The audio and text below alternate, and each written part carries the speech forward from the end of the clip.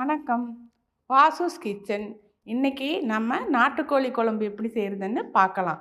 அதுக்கு தேவையான இன்க்ரீடியன்ட்: கொத்தமல்லி 3 ஸ்பூன், 1 ஸ்பூன் அரிசி, அரை ஸ்பூன் சோம்பு, 2 ஸ்பூன் மிளகு, அரை ஸ்பூன் சீரகம், பட்டை, லவங்க, ஏலக்காய், கசகசா அரை ஸ்பூன், வரமிளகாய் 10, கருவேப்பிலை கொஞ்சம், கடலைப்பருப்பும் உளுந்தம்பருப்பும் ஒரு அரை ஸ்பூனு, வறுக்கிறதுக்கு வெங்காயம், பூண்டு, இஞ்சி, பொட்டுக்கடலை. இப்போ தேங்காய் நமக்கு தேவையான அளவு. இப்போ ஒரு 5 பேருக்குன்னா அரை மூடி தேங்காய் எடுத்துக்கலாம்.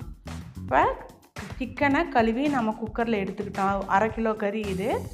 கூட 2 கை சின்ன வெங்காயம் போட்டு, மஞ்சத்தூள் போட்டு, விளக்கெண்ணெய் கொஞ்சம் போட்டு நான் ஒரு பெரட்டிட்டு அரை டம்ளர் தண்ணி விட்டு நம்ம குக்கரில் கொஞ்சம் 4 விசில் வேக வச்சுக்கலாம்.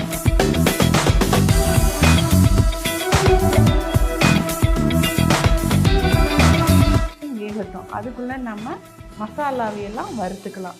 இப்போ 1 ஸ்பூன் எண்ணெய் விட்டு அரிசி 1 ஸ்பூன் போட்டு நல்லா பொரிய விட்டு, அப்புறம் மிளகாய், கொத்தமல்லி போட்டு கொஞ்சம் நேரம் நல்லா ஃப்ரை பண்ணணும். கொஞ்சம் வாசம் வரும்போது மற்ற வர இன்க்ரீடியன்ஸ் எல்லாத்தையும் நாம் போட்டுடலாம். நல்லா வாசம் வர வரையும் வணக்கலாம். நல்லா வாசம் வந்த பின்னாடி அதை எடுத்து ஒரு தனி பிளேட்டில் போட்டுடலாம். அது நல்லா ஆறட்டும்.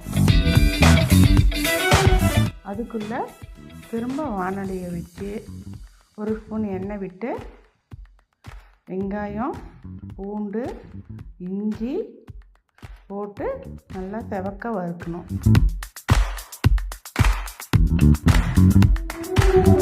வெங்காயம் நல்லா செவந்ததுமே தேங்காயும் பொட்டுக்கல்லையும் போட்டு தேங்காய் நல்லா வாசம் வர வரையும் வதக்கி எடுத்து ஒரு பிளேட்டில் நம்ம ட்ரான்ஸ்ஃபர் பண்ணிடலாம். இப்போ மசாலாவையும் வெங்காயம் வதக்கினதையும் எடுத்து ஆற விட்டு மிக்சியில் போட்டு அரைச்சி எடுத்து நம்ம வச்சுக்கலாம். இப்போ நம்ம கிரேவி பண்ண ரெடி பண்ணலாம். சிக்கனும் குக்கரில் நல்லா வெந்து வந்துடுச்சு. இப்போ ஸ்டவ் ஆன் பண்ணி கடாயை வச்சு 4 ஸ்பூன் எண்ணெயை விட்டுக்கலாம். எண்ணெய் நல்லா சூடாகிற வரையும் வெயிட் பண்ணலாம். சூடானதுமே கடுகு, உளுத்தம்பருப்பு 1 ஸ்பூன் போட்டு பொரிய விடலாம்.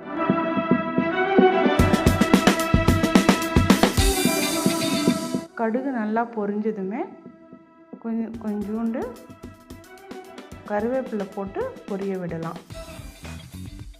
கருவேப்பிலை பொரிஞ்சதுமே நாம் அரைச்சி வச்சுருக்கிற மசாலாவை போட்டு நல்லா வதங்கணும். மசாலா அந்த எண்ணெயிலேயே நல்லா வதங்கின பின்னாடி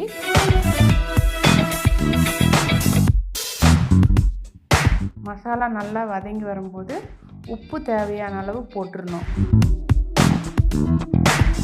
இப்போ வேக வச்ச சிக்கனை எடுத்து இந்த மசாலாவோட சேர்க்கணும். சிக்கனை மட்டும் எடுத்து மசாலாவோட சேர்க்கணும். ஏன்னா சிக்கன் அப்போ தான் மசாலாவோடு சேர்ந்து நல்லா டேஸ்ட்டாக இருக்கும். தண்ணியை நம்ம அப்புறமா சிக்கன் நல்லா வதக்கின பின்னாடி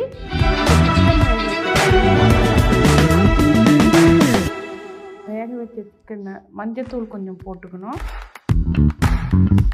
குழம்புக்கு தேவையான மஞ்சத்தூள் இப்போ போடுறோம்.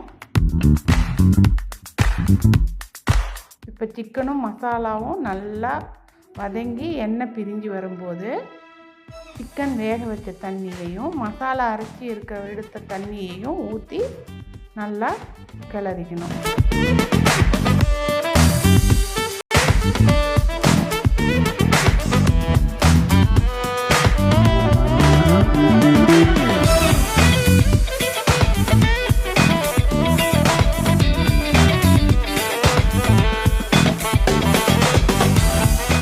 தண்ணியெல்லாம் ஊற்றி சிக்கனும் மசாலாவும் நல்லா கொதித்து வரும்போது இப்போ ஒரு மூடியை போட்டு மூடி 10 நிமிஷம் சிம்மிலேயே அப்படியே வேகட்டும்.